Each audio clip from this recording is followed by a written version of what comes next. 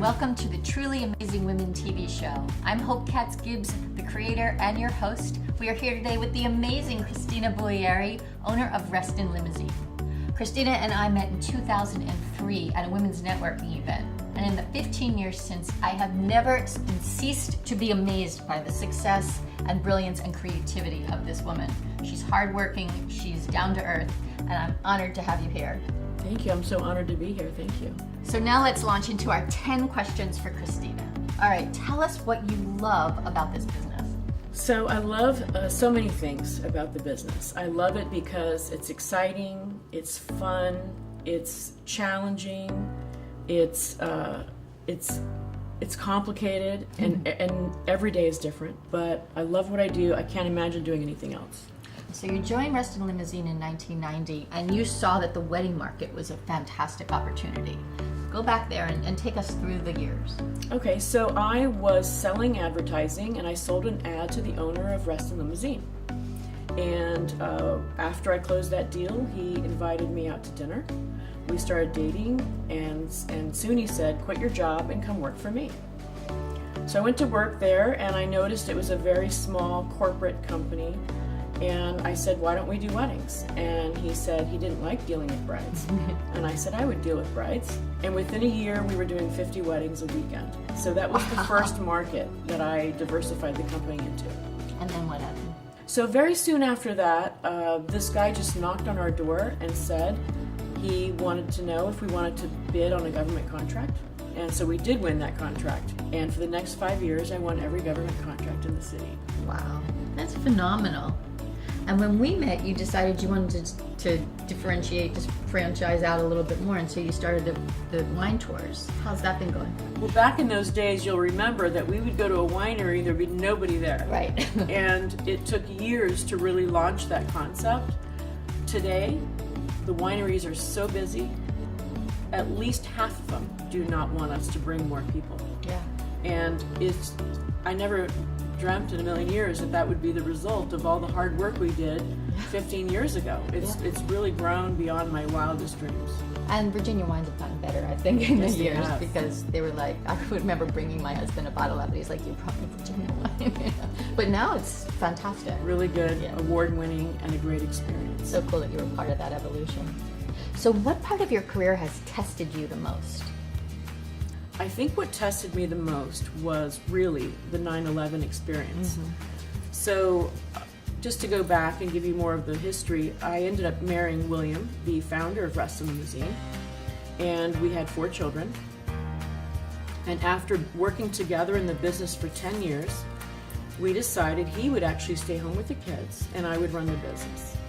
And we built this big house out in Leesburg on 25 acres. It was kind of like a dream house. Yeah.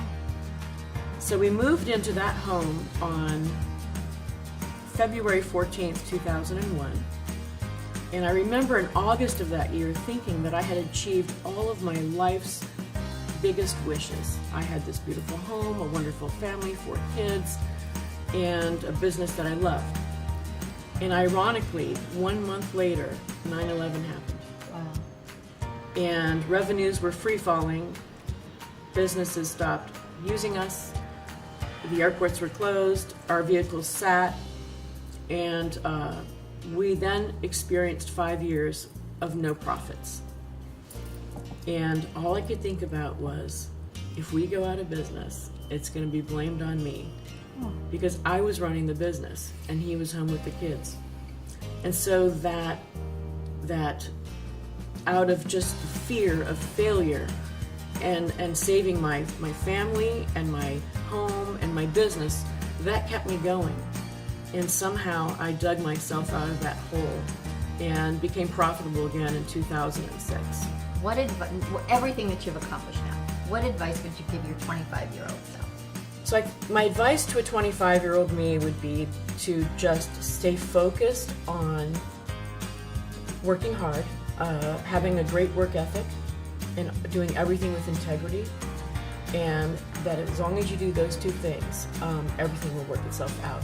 So you're a woman in a male-dominated industry. How have you dealt with that?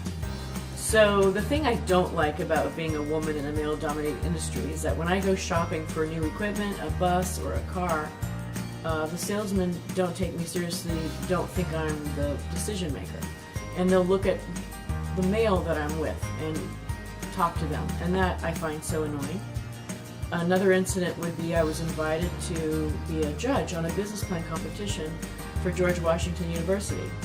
And when I arrived, I entered the room, and I was in a room full of men. We're all sitting at a table, and the guy next to me said, "Are you a teacher?" And I'm like, "No, I'm a judge. I'm an entrepreneur just like you." And I just felt that was just rude.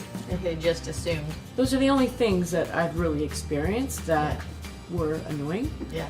Other than that, I think it's an advantage to be a woman in a male-dominated industry. So, if you could do anything different in your career, in your business, would you have changed anything? When I look at how much my business grew by networking, I would have actually hired people to do those tasks, those daily tasks. I would have delegated, I would have hired people, I would have trained them so that I could spend more time networking, because networking really is what grew my company. So what are you most passionate about? I think what I love about my business and what I'm most passionate about is definitely the marketing. I feel like even though I have a degree in international affairs, my raw talent is marketing.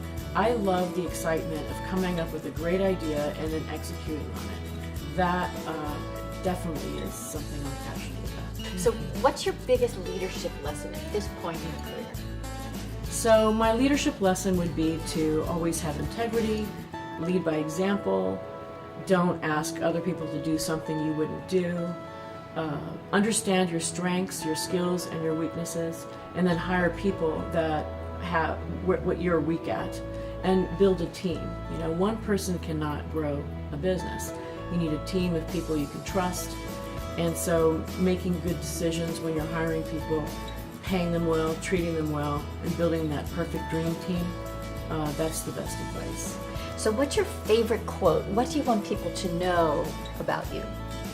I have a quote, but my employees don't like it very much, and that is never say no. And what I mean by that is when a customer calls and they ask for something, even if we don't have it, we say yes, and we find it for them. Whether it's a Rolls Royce for a limousine or a car in Paris, France, we say yes, we organize it, and we are one-stop shopping. And we've developed that through a global affiliate network around the world. So you can call and ask us for anything other than an airplane, and we will do it. I'm Hope Katz-Gibbs, creator of Truly Amazing Women TV and Inkandescent Public Relations, looking forward to bringing more light to women and businesses everywhere. We'll talk to you soon.